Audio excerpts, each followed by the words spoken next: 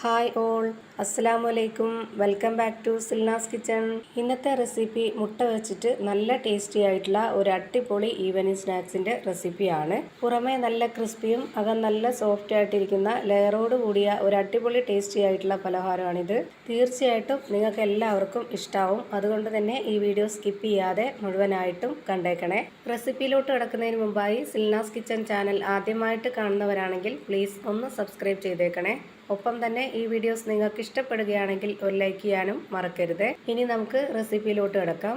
അപ്പോൾ ആദ്യം തന്നെ ഈ ഒരു റെസിപ്പി തയ്യാറാക്കുന്നതിന് വേണ്ടി സ്റ്റൗവിലേക്ക് ഒരു പാൻ വെച്ചിട്ട് അതിലേക്ക് കുറച്ച് എണ്ണ ഒഴിച്ച് ചൂടാക്കിയിട്ടുണ്ട്. ചൂടായി വന്ന എണ്ണയിലേക്ക് ഒരു 2 സബോള ഇതുപോലെ ചെറുതായിട്ടൊന്ന് കട്ട് ചെയ്തത് ഇതിലേക്ക് ഇട്ട് കൊടുത്തിട്ടുണ്ട്.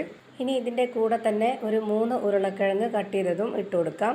ഇതെല്ലാം ചെറുതായി കട്ട് ചെയ്തെടുത്തത് കൊണ്ട് തന്നെ എല്ലാം കൂടെ ഒരുമിച്ചിട്ട് വേവിച്ചെടുത്താലും കുഴപ്പമൊന്നുമില്ല. പെട്ടെന്ന് തന്നെ വെന്ത് കിട്ടുകയും ചെയ്യും, നന്നായിട്ട് കുഴഞ്ഞ് കിട്ടുകയും ചെയ്യും. മാത്രമല്ല നമ്മുടെ ഫില്ലിങ്സ് കറക്റ്റ് ഒരു പരുവത്തിന് കിട്ടണമെന്നുണ്ടെങ്കിൽ ഇതുപോലെ ചെറുതായിട്ട് അരിഞ്ഞെടുത്ത് വേവിച്ചെടുക്കുമ്പോഴാണ് നല്ല കറക്റ്റ് ഒരു പരുവത്തിന് കിട്ടുന്നത്. ഇനി ഞാൻ ഇതിലേക്ക് കട്ട് ചെയ്തെടുത്ത് വെച്ചിരുന്ന കുറച്ച് ചുവപ്പ് ചീരയും മല്ലിയിലയും കറിവേപ്പിലയും ഇട്ട് കൊടുക്കുവാണ്.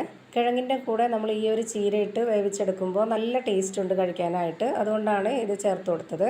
ഇനി ഇതിലേക്ക് വെളുത്തുള്ളി, ഇഞ്ചി, പച്ചമുളക് ഒരുമിച്ച് ചതച്ചത് ഇട്ട് കൊടുക്കാം. അടുത്തതായി ഇതിലേക്ക് പൊടികളാണ് ഇട്ട് കൊടുക്കുന്നത്. 1 സ്പൂൺ മുളക് പൊടിയും 1/4 സ്പൂൺ പെരുംജീരകപ്പൊടി, കുരുമുളക് പൊടി, ഗരം മസാലപ്പൊടി, മഞ്ഞൾപ്പൊടി, ആവശ്യത്തിനുള്ള ഉപ്പ് ഇതെല്ലാം കൂടെ ചേർത്ത് നല്ലപോലെ ഒന്ന് ഇളക്കി യോജിപ്പിച്ച് കൊടുക്കാം. ഇത് നന്നായി ഇളക്കി യോജിപ്പിച്ച് കൊടുത്തതിന് ശേഷം ഇനി ഇതൊന്ന് വെന്ത് വരാനായിട്ടുള്ള വെള്ളവും കൂടി ഒഴിച്ചു കൊടുക്കാം. ഒരുപാട് വെള്ളം ഒഴിച്ചു കൊടുക്കാതെ ഈ ഒരു കിഴങ്ങിനോടൊപ്പം നിൽക്കുന്ന വെള്ളം ഒഴിച്ചു കൊടുത്തതിന് ശേഷം ഇത് വേവിച്ചെടുക്കുമ്പോൾ നന്നായിട്ട് വറ്റി വെന്ത് കിട്ടും. ഞാനിപ്പോൾ ഇത്രയും മാത്രം വെള്ളമേ ഒഴിച്ചു കൊടുക്കുന്നുള്ളൂ. ഇനി നമുക്കിത് അടച്ച് വെച്ച് വേവിച്ചെടുക്കാം. ഇപ്പോൾ ഇത് വെന്ത് വരാനുള്ള സമയമായിട്ടുണ്ട്. ഇനി ഇതൊന്ന് തുറന്ന് നോക്കാം. ഇപ്പോൾ വെള്ളമൊക്കെ വറ്റി കിഴങ്ങ് നന്നായിട്ട് വെന്ത് കിട്ടിയിട്ടുണ്ട്. ഇനി ഇത് ചെറുതായിട്ടൊന്ന് ഞാൻ സ്പാച്ച് വെച്ചിട്ടൊന്ന് ഉടച്ചു കൊടുക്കുന്നുണ്ട്. ഇത്രയും മതി. ഇനി നമുക്ക് ഫ്ലെയിം ഓഫ് ആക്കിയിട്ട് ഇതൊന്ന് മാറ്റി വയ്ക്കാം. ഇനി അടുത്തതായിട്ട് ഞാനിവിടെ കുറച്ച് മാവ് പരത്തി വെച്ചിട്ടുണ്ട്. സാധാരണ നമ്മൾ മൈദാമാവിൽ ഉപ്പും സോഡാപ്പൊടിയും ചേർത്ത് കുഴച്ചെടുത്ത് പരത്തിയെടുക്കുന്ന അതേപോലെ തന്നെയാണ് ഇതും ചെയ്തെടുത്തിട്ടുള്ളത്.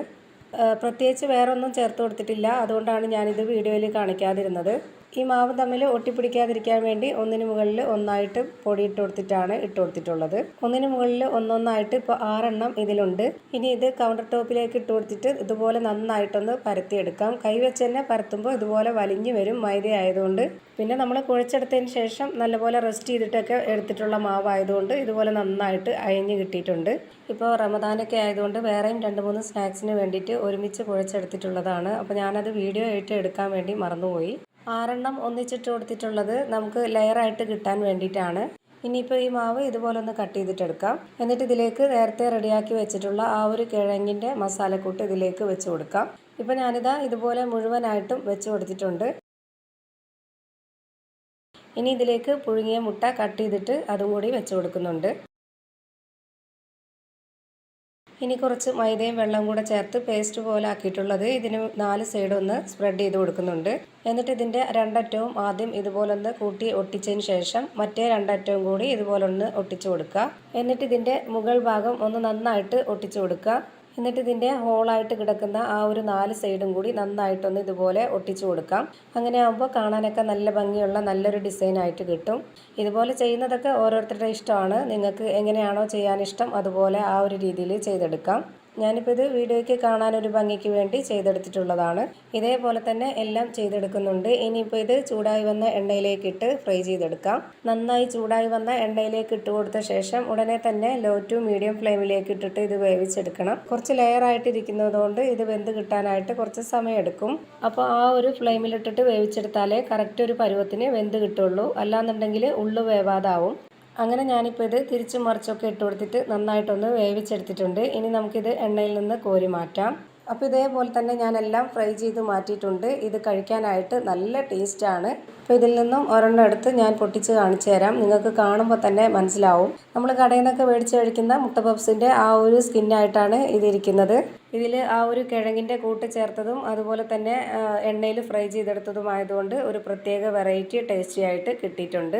അപ്പോൾ ഇത്രയേ ഉള്ളൂ ഇന്നത്തെ നമ്മുടെ വീഡിയോ ഇഷ്ടമായാൽ ലൈക്ക് ചെയ്യാനും കമൻറ്റ് ചെയ്യാനും ഷെയർ ചെയ്യാനും മറക്കരുത്. അതുപോലെ തന്നെ ഞാനിടുന്ന പുതിയ വീഡിയോസ് നോട്ടിഫിക്കേഷനായിട്ട് കിട്ടുന്നതിന് വേണ്ടി സബ്സ്ക്രൈബ് ചെയ്ത് ബെല്ലൈക്കൺ അമർത്തി അതിൽ ഓൾ എന്ന ഓപ്ഷൻ എനേബിൾ ചെയ്ത് കൊടുക്കാനും മറക്കരുത്. പുതിയൊരു വീഡിയോയുമായി വീണ്ടും വരും. Thank you for watching.